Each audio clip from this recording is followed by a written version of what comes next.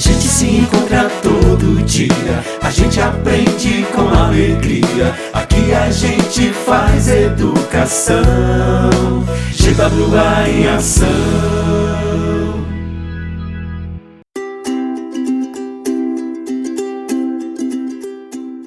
E aí, galera, muito bom estar aqui com vocês novamente para falar sobre história da arte.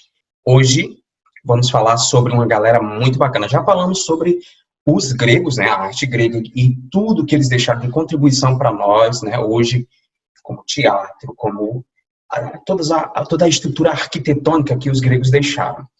Mas hoje vamos falar de outra galera que também deixou uma herança muito bacana para a gente, que são os romanos.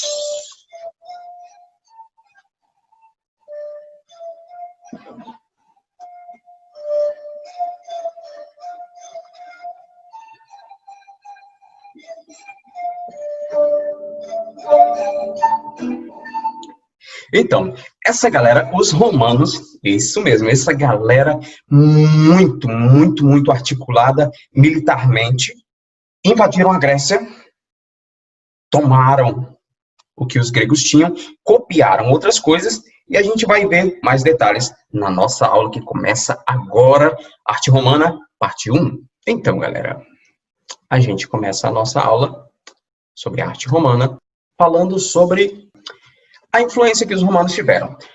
Os romanos têm forte influência, como vocês estão vendo, dos gregos e também de uma galera chamada de etruscos. Eles não são muito conhecidos porque os etruscos eram muito fechados entre si, eles tinham uma grande muralha que os cercavam, então não era uma galera muito, né, de sociedade e tal.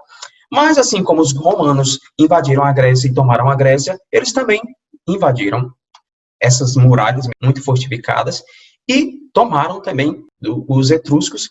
E uma coisa bacana, tirando o fato de copiar, né? Mas uma coisa bacana dos romanos é que eles aprendem muito com os povos que eles vão conquistando, né? Com as novas civilizações que eles vão conquistando, eles vão aprendendo também com esse pessoal e a gente vai entender um pouco mais disso com o passar da nossa aula.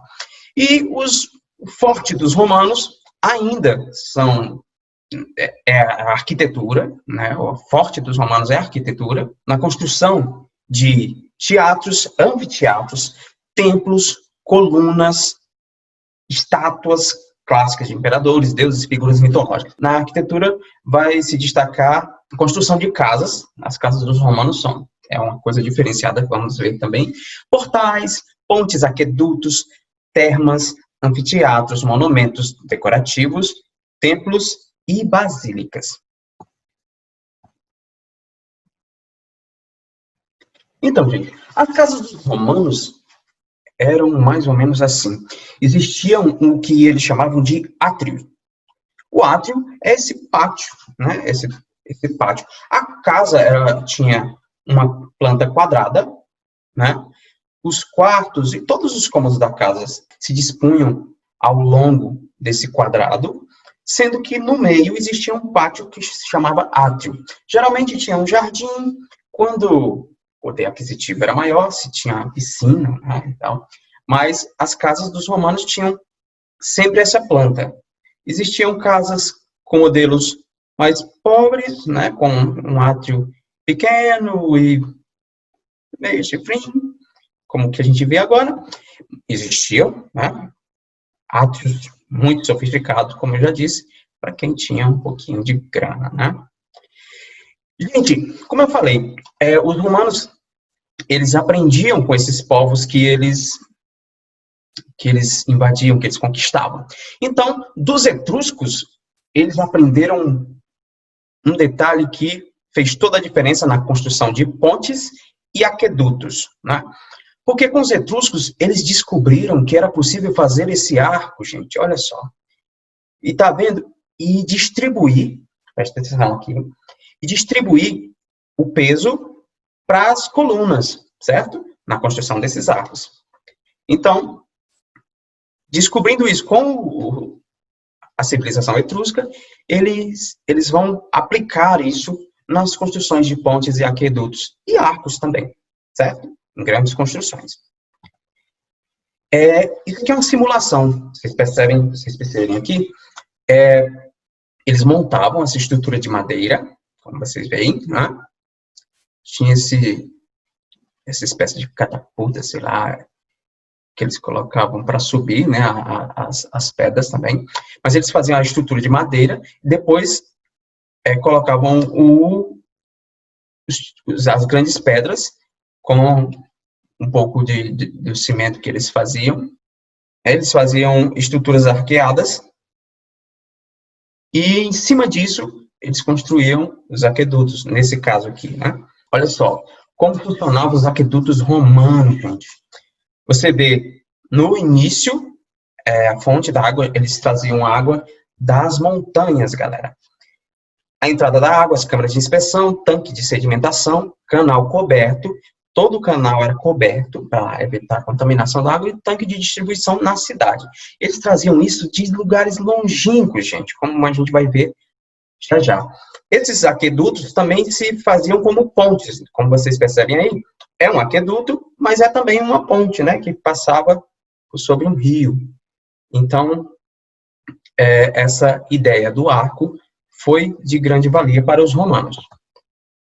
E aqui, gente, é um dos maiores aquedutos, ou o maior aqueduto construído pelos romanos, que tem, nas suas medidas, 416 quilômetros. Dá para imaginar isso, galera? 416 quilômetros. A nossa escola, a GWA, por exemplo, fica a 316 quilômetros da capital, digamos assim. Então, seria 100 quilômetros a mais do que essa distância. Imagina, gigantesco, né? Esse aqueduto. Eles traziam das montanhas e de 50 em 50 metros, eles desciam 17 centímetros para dar o caimento da água e até chegar na cidade, trazendo isso das montanhas. Fantástico. Imagina isso, galera, uma construção com essa magnitude antes de Cristo, galera. Coisa de romanos e gregos também, né? Mas isso coisa de romanos. Os romanos foram grandes construtores.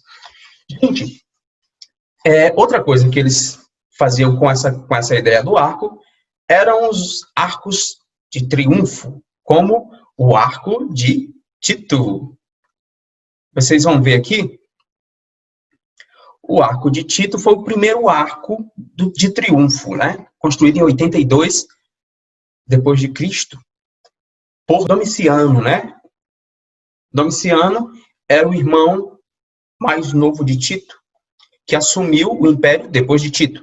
Então, Tito foi um conquistador de batalhas. Então, Domiciano, para homenagear o seu irmão, o então imperador que o antecedeu, construiu esse grande monumento, que é o Arco de Triunfo de Tito, né, da batalha que Tito conquistou. Esse foi o primeiro arco de triunfo, que deu origem a muitos outros arcos de triunfo, que a gente vai ver alguns exemplos aqui, por exemplo. É o arco de Constantino, um dos mais famosos de Roma, né? Ele que foi construído em 315 depois de Cristo, em homenagem ao imperador Constantino, né? O homem que também criou a capital Constantinopla, o homem que criou a cidade de Constantinopla.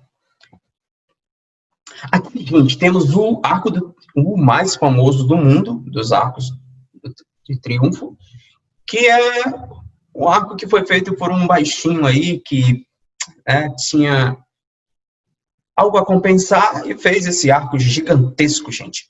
Lembrando que os arcos anteriores mediam 15, 21 metros, basicamente, e o Arco do Triunfo de Paris, erguido por Napoleão Bonaparte, tinha 50 metros. Tem 50 metros, né? E foi construído já no século XIX, né? Um ar de grandeza de Napoleão. Mas, infelizmente, a grandeza de Napoleão caiu por terra porque a galera do México, antes da galera do México, teve uma galera lá na Coreia do Norte que fez um monumento com 60 metros, né? Também em homenagem a um presidente da Coreia do Norte. Mas a galera do México arrasou, galera. Fez o maior arco que temos hoje no mundo, com 67 metros. É o arco Monumento a la Revolución, em México. Isso aí. E um muito conhecido, que provavelmente a maioria da nossa galera já viu, é esse Arco do Triunfo, na cidade de Sobral, né? Pertinho de nós, no Ceará. Temos outro muito parecido com esse, na cidade de Ipueiras, também pertinho de nós. E muitos outros arcos surgem a partir desses arcos, né? Nós temos a cidade de Ibiapina, por exemplo, tem um grande pórtico, né, na entrada. Então, são ideias romanas que perduraram até hoje.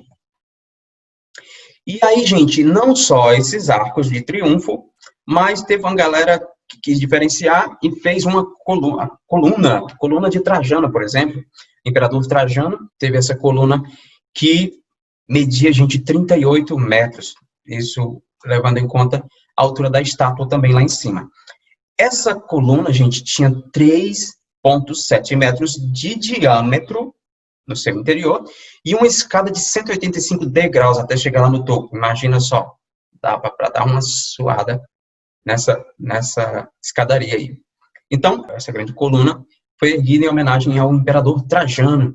E ao longo, né, dela, são 19 pedras e mármores gigantescas que são todas esculpidas, galera. Vocês percebem aí figuras em baixo relevo que contam a história da guerra contra os dácios. Obviamente ganharam, geralmente se erguiam esses monumentos porque se ganhavam uma grande batalha. Então, na coluna, ao longo da coluna, está retratada a história da guerra contra os dácios. Imagina só. E é isso aí. A gente fica por aqui e voltamos logo mais com Arte Romana, parte 2. GWA em ação.